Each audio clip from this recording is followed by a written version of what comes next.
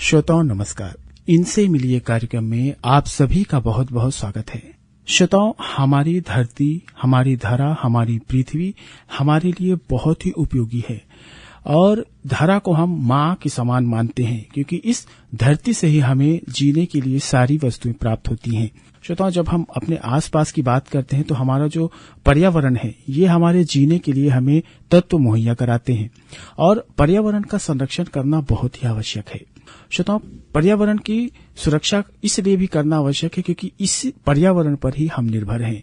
पेड़ पौधे, जीव जंतु, जितने भी जीवित तत्व हैं उन्हें पर्यावरण पर ही निर्भर होना पड़ता है।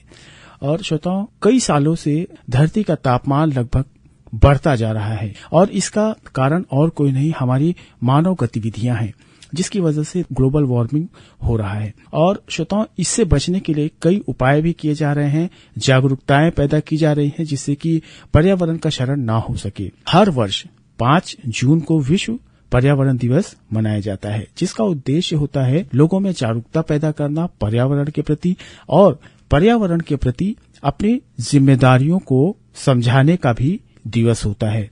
तो श्रोताओं, पर्यावरण का संरक्षण क्यों जरूरी है, पर्यावरण कैसे प्रदूषित हो रही है और विश्व पर्यावरण दिवस मनाने का क्या उद्देश्य है, इस बारे में आज जानकारी के लिए हमारे साथ फोन लाइन पर उपस्थित है प्रोफेसर तरुण कुमार ठाकुर जी, जो इंदिरा गांधी राष्ट्रीय जनजाति विश्वविद्यालय अमरकंटक में प्रोफेसर हैं। तो तरुण जी, कार्यक्रम में आपका बहुत बहुत स्वागत है। जी धन्यवाद। तो तरुण जी, सबसे पहले कार्यक्रम में तो हम आपके बारे में जानना चाहेंगे। जी नमस्कार श्रोताओं, आकाशवाणी रायपुर के माध्यम से आप सभी को नमस्कार और हार्दिक शुभकामनाएं। मैं प्रोफेसर तरुण कुमार ठाकुर, इंदिरा गांधी राष्ट्रीय जनजातीय विश्वविद्यालय अमरकंटक, जो भारत सरकार के शिक्षा मंत्रालय के अंतर्गत एक केंद्रीय विश्वविद्यालय है, वहां पर्यावरण विज्ञान विभाग में प्रोफेसर तथा छात्र कल्याण अधिष्ठाता के पद पर कार्यरत हूँ। मूलतः मैं मध्य प्रदेश मंडला के छोटे से गांव निवारी का रहने वाला हूं। बचपन से ही गांव की मिट्टी, जंगल और नर्मदा की धाराएं मेरे जीवन के सच्चे शिक्षक रहे हैं। शायद यही कारण है कि मैं पर्यावरण विज्ञान की ओर मेरा शोध क्षेत्र और झुकाव बना रहा है। पिछले 3 दशकों से मेरा अनुसंधान मुख्यतः 4 दिशाओं में चलता आ रहा है। पहला, रिमोट सेंसिंग एंड जीआईएस तकनीक के माध्यम से जंगलों एवं वहां के भू उपयोग का अध्ययन करना। दूसरा, रेस्टोरेशन इकोलॉजी, पुनर्स्थापना परिस्थितिकी पे अध्ययन करना, विशेषकर कोयला खदानों से क्षतिग्रस्त भूमि का पुनर्जीवन करना। तीसरा है कार्बन सिक्वेस्ट्रेशन, आजकल कार्बन ट्रेडिंग, कार्बन सिक्वेस्ट्रेशन और हरित और विभिन्न प्रकार की ग्रीन हाउस गैसेस का मूल्यांकन करना और पौधों की सहायता से प्रदूषित जल और मिट्टी की शुद्धिकरण करना। ये मुख्यतः 4 बिंदु हैं जिसपे मैं और मेरी टीम इस पे अनुसंधान करती है। जी तरुण जी, तो तरुण जी, जैसा कि हम 5 जून को विश्व पर्यावरण दिवस मनाते हैं, तो इसके बारे में बताइए, इसकी शुरुआत कब हुई और इसकी आवश्यकता क्यों पड़ी? जी, बहुत ही अच्छा प्रश्न है। विश्व पर्यावरण दिवस की पहली औपचारिकता कहना चाहिए 1973 को मिली। इसमें यूनाइटेड नेशन जनरल असेंबली की एक मीटिंग थी स्वीडन की राजधानी स्टॉकहोम में। उन्होंने इसको चलाने के लिए बातचीत किया, लेकिन इसकी नींव 1 साल पहले 5 से 16 जून 2072 को के बीच स्वीडन में रखी गई। उसको इन्होंने कहा कि जो United nation conference of human environment है, जो मानव पर्यावरण पर सम्मेलन जो हुआ, उसमें 113 लोगों के देशों में इसमें सम्मिलित हुए। यह पहला अवसर था जब विश्व के सारे के सारे देश एक स्वर में स्वीकार किया कि पर्यावरण की रक्षा कोई भौगोलिक सीमाओं में बंधा विषय नहीं है, यह संपूर्ण मानवता का सामूहिक दायित्व है। उसी सम्मेलन की स्मृति में संयुक्त राष्ट्र महासभा ने 5 जून को विश्व पर्यावरण दिवस घोषित किया। अब प्रश्न उठता है कि इसकी आवश्यकता क्यों पड़ी। यदि हम देखते हैं कि 20वीं शताब्दी के मध्य तक तीव्र औद्योगिकीकरण, जिसको हम industrialisation, urbanisation, green house gas emission या केमिकल का ज्यादा से ज्यादा उपयोग करना, अंधाधुंध उपयोग करना, जिससे हमारे पर्यावरण या प्राकृतिक प्रणालियां जो है वो असंतुलित हो गई या असंतुलित कर दिया। जितने हमारे वेस्टर्न कंट्रीज हैं, चाहे यूरोप के देश हो चाहे यूएस हो, इन्होंने अंधाधुंध खनन का काम किया, जिससे हमारी नदियों में रसायन का प्रदूषण का लेवल बढ़ गया, जंगल बेहताशा कटने लगे, डिफोरेस्टेशन हो गया तो ये सारे के सारे एक कारण है जिसकी वजह से हमको ये कहना पड़ा। और एक वैज्ञानिक रहे हैं अमेरिका के रेचल कॉर्सन, उन्होंने अपनी बुक साइलेंट स्प्रिंग में लिखा है कि इतना कीटनाशक का अंधाधुंध उपयोग कर रहे हैं कि एक दिन आएगा जिसको हम मौन बसंत मनाएंगे, जब पक्षियों के गीत भी, उनकी आवाज भी सुनाई देना बंद हो जाएगी। तो यही एक वैश्विक चेतना जागी कि विकास और विनाश के बीच की रेखा बहुत पतली है। विश्व पर्यावरण दिवस इसी आत्ममंथन का एक प्रतीक है। एक दिन जब हम रुक कर सोचें कि पृथ्वी ने हमको क्या दिया और हमने उसको क्या लौटाया, तो यह केवल एक तारीख नहीं बल्कि वैश्विक चेतना का उत्सव है। तो यही कारण है जिसकी वजह से हमको इसकी आवश्यकता पड़ी। जी तरुण जी, तो वर्तमान में पर्यावरण प्रदूषण को किस प्रकार परिभाषित किया जा सकता है?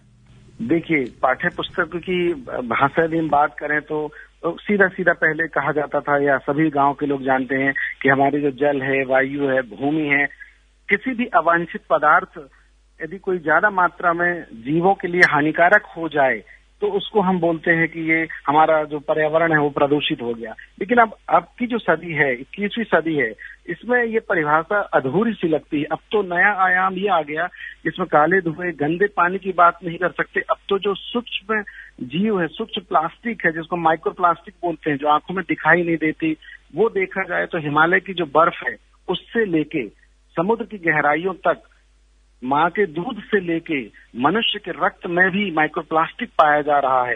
तो मैंने एक शोध भी किया था हमारी टीम ने, जो बड़े प्रतिष्ठित प्रकाशन भी हुई अंतर्राष्ट्रीय, उसमें trends in analytical chemistry and water journal. उसमें हमने ये दिखाया है कि सूक्ष्म प्लास्टिक है जो मृदा के न्यूट्रिएंट साइकिलिंग होती है, पोषक चक्र होती है, उसमें भी माइक्रोप्लास्टिक पाई जाती है। और आजकल तो इलेक्ट्रॉनिक कचरा, जो ई वेस्ट हम बोलते हैं, जो पुराने मोबाइल है, लैपटॉप है, कंप्यूटर है, पीसी है, भारी धातुओं के रूप में जितने मिट्टी को कहीं ना कहीं प्रदूषित कर रही है, ध्वनि प्रदूषण जो हमारे मानसिक स्वास्थ्य पर असर डाल रहा है, लाइट पॉल्यूशन है, जिससे आप देखेंगे पहले जुगनू रात में टमटमाते थे, रात में उल्लू, चमगादड़, इनके भी जीवन चक्र कहीं न कहीं डिस्टर्ब हो रहे हैं। और थर्मल पॉल्यूशन जो ताप का प्रदूषण है, हमारे जल स्रोतों को चुनौती दे रहा है और कहीं न कहीं वो श्रिंक होते जा रहे हैं। इसीलिए आज इसे परिभाषित करना, ये मानवीय गतिविधियों के कारण पारिस्थितिक तंत्र की उस संतुलित अवस्था में आया कोई भी ऐसा परिवर्तन जो वर्तमान या भविष्य की पीढ़ियों के स्वास्थ्य, जैविक विविधता, जीवन की गुणवत्ता को प्रभावित करे, वही पर्यावरण प्रदूषण है। यदि हम संक्षेप में कहें तो प्रदूषण अब केवल भौतिक नहीं बल्कि रासायनिक, जैविक और यहाँ तक कि सूचनात्मक भी हो चुका है। जी तरुण जी, बहुत अच्छी बात अभी आपने बताई है। हम पर्यावरण प्रदूषण की बात कर रहे थे, चूंकि 5 जून को विश्व पर्यावरण दिवस है, तो पर्यावरण प्रदूषण के लिए अभी 2026 के दौर की हम बात करें तो इसमें सबसे महत्वपूर्ण क्या है? जी, सटीक प्रश्न आज के समय के अनुसार और 2026 के परिप्रेक्ष्य में हम जिस संकट के मुहाने पर खड़े हैं, वैज्ञानिक उसे ट्रिपल प्लेनेटरी क्राइसिस अर्थात त्रिआयामी ग्रहणीय संकट कहते हैं, जिसमें क्लाइमेट चेंज है, पॉल्यूशन है और बायोडायवर्सिटी का लॉस है। ये 3 चीजों का संगम इसमें है। परंतु यदि किसी एक चिंता को सर्वोच्च प्राथमिकता देनी हो तो वह हम जलवायु परिवर्तन, जिसको क्लाइमेट चेंज बोलते हैं, उससे जुड़े जो संवेदनशील बिंदु हैं, जहां से पारिस्थितिक क्षति को वापस लौटाना असंभव हो जाता है। यदि हम बात करें वर्ल्ड मेट्रोलॉजिकल ऑर्गेनाइजेशन की, मौसम विज्ञान संगठन की, उसकी नवीन रिपोर्ट 2022 के अनुसार वैश्विक तापमान जो है औद्योगिक काल पूर्व स्तर से लगभग 1.5 से 1.6 डिग्री सेल्सियस ऊपर पहुंच चुका है। Paris agreement conference of party, United nation general assembly जो हमारी होती है, उसमें हमने ये कहा था पेरिस समझौते में कि 1.5 लक्ष्मण रेखा होगी, 1.5 डिग्री सेंटीग्रेड से ज्यादा हमारा टेम्परेचर 2030 तक नहीं जाना चाहिए। उसे हमने अभी 2025-6 में छू लिया है।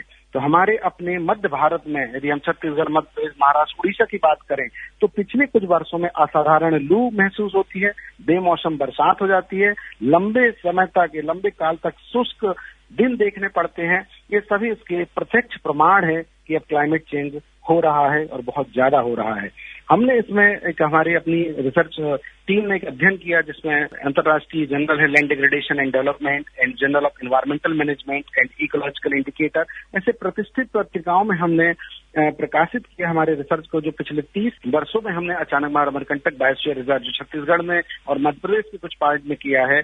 तो उसमें ये पाया है हमने कि वर्षों से भूक्षरण और कार्बन उत्सर्जन बहुत तेजी से हुआ है और क्षेत्रीय जलवायु को सीधे प्रभावित कर रहा है। हमने अनूपपुर, शहडोल, कोरबा, बिलासपुर जैसे क्षेत्रों में सैटेलाइट रिमोट सेंसिंग के चित्रण, जमीनी सर्वेक्षण के माध्यम से प्रमाणित किया है कि भूक्षरण की वर्तमान दर अत्यंत चिंताजनक है, जिसमें हमारा फॉरेस्ट का एरिया भी धीरे धीरे कम हो रहा है और पॉल्यूशन का लेवल बढ़ते जा रहा है।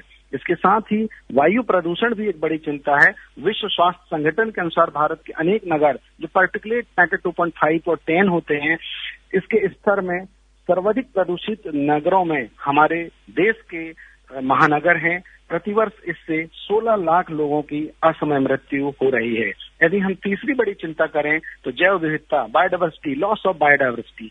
वैज्ञानिकों का कहना है कि हम पृथ्वी पर छठे महाविलोपन जो 6 मास एक्सटिंक्शन के दौर से गुजर रहे हैं, जो पहली बार किसी एक प्रजाति अर्थात मनुष्य के कारण हो रहा है।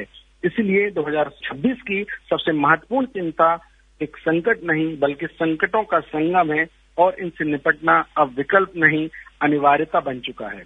क्योंकि आने वाला समय, अभी टेम्परेचर हम देख रहे हैं तो दिनों दिन 45 से 48 डिग्री टेम्परेचर तक कुछ जगह हो जा रहा है। तो अब इससे अनिवार्य रूप से हमको मिलकर आगे बढ़ना है। जी तरुण जी।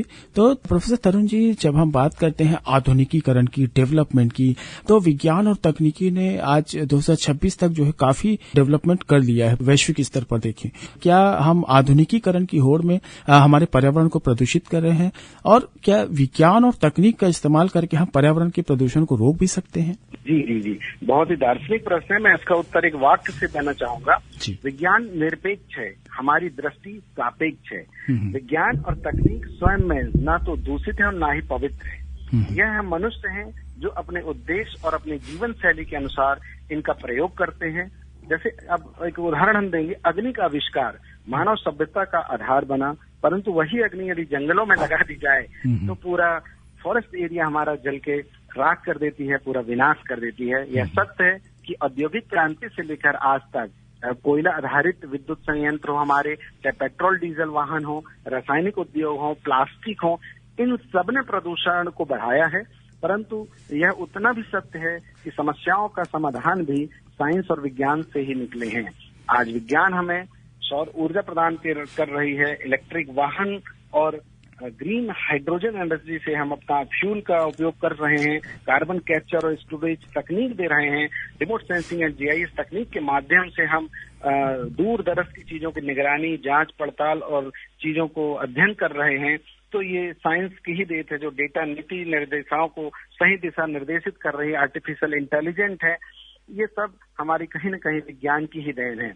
विज्ञान में ही हमने फाइटोमेडिएशन के माध्यम से शोध का कार्य किया है, जिसमें जो बच पौधे होते हैं हमारे, बच और केना, इनके माध्यम से हम जो एसटीपी सीवेज ट्रीटमेंट प्लांट, जो घरेलू सीवर होते हैं और धातु इसमें प्रदूषित जल का उपचार किया जाता है। तो ये विज्ञान के माध्यम से हम इसको हाथ मिलाकर सभी समस्या का सरलता से, सस्ता और टिकाऊ इसका माध्यम निकल सकता है।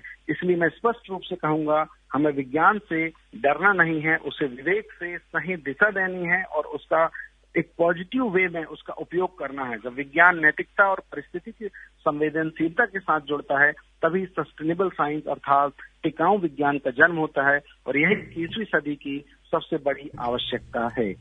जी तरुण जी। तो तरुण जी, जब हम पर्यावरण की बात करते हैं तो इसमें जंगल जो है काफी महत्वपूर्ण होते हैं। तो जंगल मानव अस्तित्व के लिए कितने महत्वपूर्ण हैं? जंगल हमारे मानव इसकी यदि हम बात करें तो एक प्रकार यदि पृथ्वी को हम माने कि एक हमारा जीवित शरीर है, तो जो जंगल है, हमारे वन है, वो इसके फेफड़े हैं। जैसे कि अमरकंटक की धरती से आपका एग्जाम्पल देना चाहूंगा। यह प्रत्यक्ष अनुभूति हम यहाँ करते हैं कि वैज्ञानिक दृष्टि से देखें तो 1 हेक्टेयर जो लैंड होती है हमारे यहाँ की, मध्य प्रदेश छत्तीसगढ़ की, वो 6 से 10 टन कार्बन डाइऑक्साइड को अवशोषित करती है। बदले में हमें ऑक्सीजन या प्राणवायु प्रदान करती है। हमने इस पे बहुत रिसर्च भी किया पिछले 3 दशकों से। यदि हम बात करें अचानकमार अमरकंटक बायोस्फीयर रिजर्व की, तो हम ये पाते हैं कि हमारे जो सोरिया रोबस्टा, जिसको साल सरई का पेड़ बोलते हैं, सरई के पेड़ में 150 से 220 मैट्रिक टन कार्बन का स्टॉक होता है 1 हेक्टेयर लैंड में। इसको हम कार्बन सिक्वेस्ट्रेशन भी बोलते हैं, कार्बन स्टोरेज भी बोलते हैं, जो जलवायु परिवर्तन के विरुद्ध हमारी सबसे सशक्त प्राकृतिक ढाल है। तो हमारे जो जंगल हैं, हमारे जो वन संपदा है, ये बहुत ही ज्यादा उपयुक्त हैं। इससे हम पर्यावरण को संरक्षित कर सकते हैं। पर्यावरण में जितने भी ग्रीन हाउस गैस का एमिशन हो रहा है उसको पेड़ पौधे के माध्यम से हम कंट्रोल कर सकते हैं। परंतु वनों का महत्व केवल कार्बन तक सीमित नहीं है, अपितु वन जल चक्र को भी संचालित करता है। यदि हम अमरकंटक की बात करें तो मां नर्मदा, सोन, जोहिला, अरण्य, गायत्री, सावित्री, अमरावती जैसी नदियां अमरकंटक के वनों से जन्म लेती हैं। वन मिट्टी का क्षरण रोकती हैं, भूक्षरण का पुनर्भरण करती हैं, जैव विविधता जो बायोडायवर्सिटी है उसको आश्रय देती है, और सबसे महत्वपूर्ण बात, हमारे जो आदिवासी भाई बहनों का आजीवन का साधन है, संस्कृति है, उसकी अस्मिता का आधार है। अमरकंटक के आसपास मैंने ये देखा, स्वयं का देखा हुआ है कि यहाँ के जो जनजातीय समूह है, संपूर्ण जीवन दर्शन इनका जंगलों वनों से जुड़ा हुआ है। ये पेड़ पौधे के वन की केवल लकड़ी का स्रोत नहीं मानते, अपितु वह माता है, गुरु है, चिकित्सक है, अन्नदाता है। जैसे महुआ, चिरौंजी, तेंदू वगैरह, आंवला, हर्रा, बहेरा, यहाँ पर जो नॉन टिम्बर फॉरेस्ट प्रोडक्ट पाए जाते हैं, ये इन्हीं पे इनकी लाइवलीहुड या जीविका रहती है। हमने ये भी पाया अपने अध्ययन में कि 72 प्रकार के औषधीय पौध जो वाइल्ड लीफी वेजिटेबल्स हैं, जिसको हमारे जो जनजातीय समुदाय के भाई बहन हैं वो उसको भोजन के रूप में और बड़े न्यूट्रिशियस होती है, ये यहाँ पर उपयोग करते हैं। तो वन जो है वो सभी के लिए, मानव अस्तित्व के लिए बहुत ही महत्वपूर्ण है। इसलिए वन बचाना केवल पर्यावरण रक्षा नहीं, यह सभ्यता रक्षा है, संस्कृति की रक्षा है और अंततः हमारी स्वयं की रक्षा है। जी जी जी। धरती का तापमान हर साल बढ़ता जा रहा है, तो धरती का तापमान बढ़ना भविष्य के लिए क्या चुनौतियां लाने वाला है? आने वाली पीढ़ी के लिए यदि धरती का तापमान ऐसे ही बढ़तेगा, जैसे मैंने IPCC जो inter government panel on climate change है, उसकी रिपोर्ट बताती है हमको 2018 के अनुसार, 22 के अनुसार कि हमारा तापमान जिस गति से चल रहा है तो वैश्विक तापमान 2.5 से 4 डिग्री सेल्सियस तक बढ़ सकता है।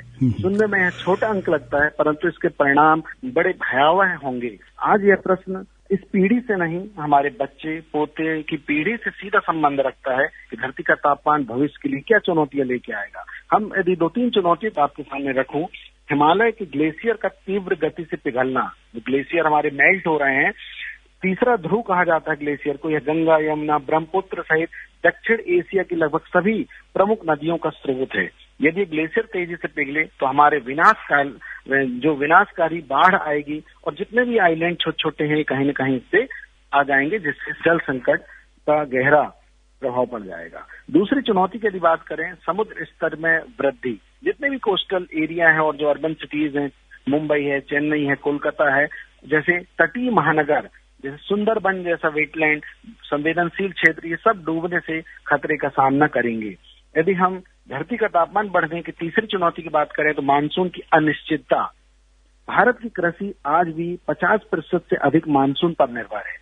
हमारी शोध ने यह दर्शाया है कि मध्य भारत में मानसून के प्रतिरूप बदल रहे हैं, कहीं अल्प वर्षा तो कहीं अति वर्षा, असाधारण अतिवृष्टि, ये बेमौसम ओलावृष्टि, असाधारण सूखा, ये हमारी खाद्य सुरक्षा को कहीं न कहीं सीधे चुनौती दे रही है। और अगली चुनौती हमारी है सार्वजनिक स्वास्थ्य की। बढ़ती गर्मी के कारण विभिन्न प्रकार की बीमारियां जैसे डेंगू, मलेरिया, चिकनगुनिया, जापानी एन्सेफेलाइटिस जैसे रोगों का विस्तार उन क्षेत्रों में हो रहा है जहां पहले नहीं देखा गया।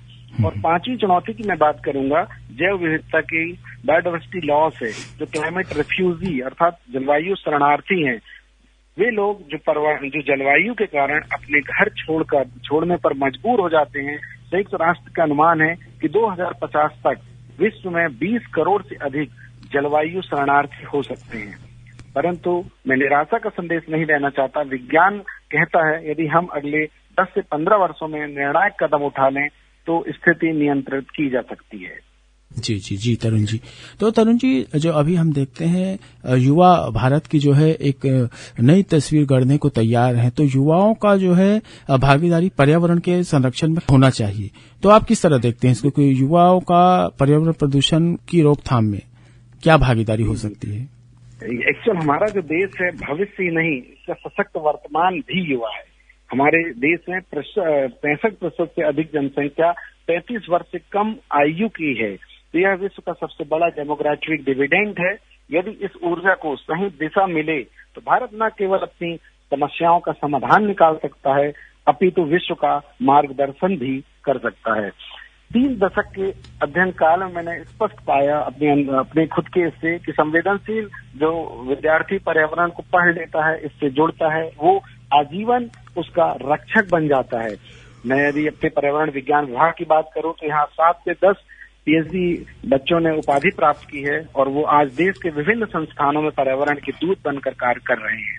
और इसका यदि योगदान की बात करें तो जो हमारे युवा हैं वो पर्यावरण जागरूक और जन संवाद के लिए जो हम चेन रिएक्शन बोलते हैं, एक श्रृंखला अभिक्रिया कर सकते हैं, उस पर अपना योगदान दे सकते हैं, नवाचार और हरित उद्यमिता ला सकते हैं। जैसे माननीय जो प्रधानमंत्री जी बोलते हैं green startup, clean tech, agritech जैसे क्षेत्रों में अनगिनत अवसर हैं और वो इसमें कर सकते हैं।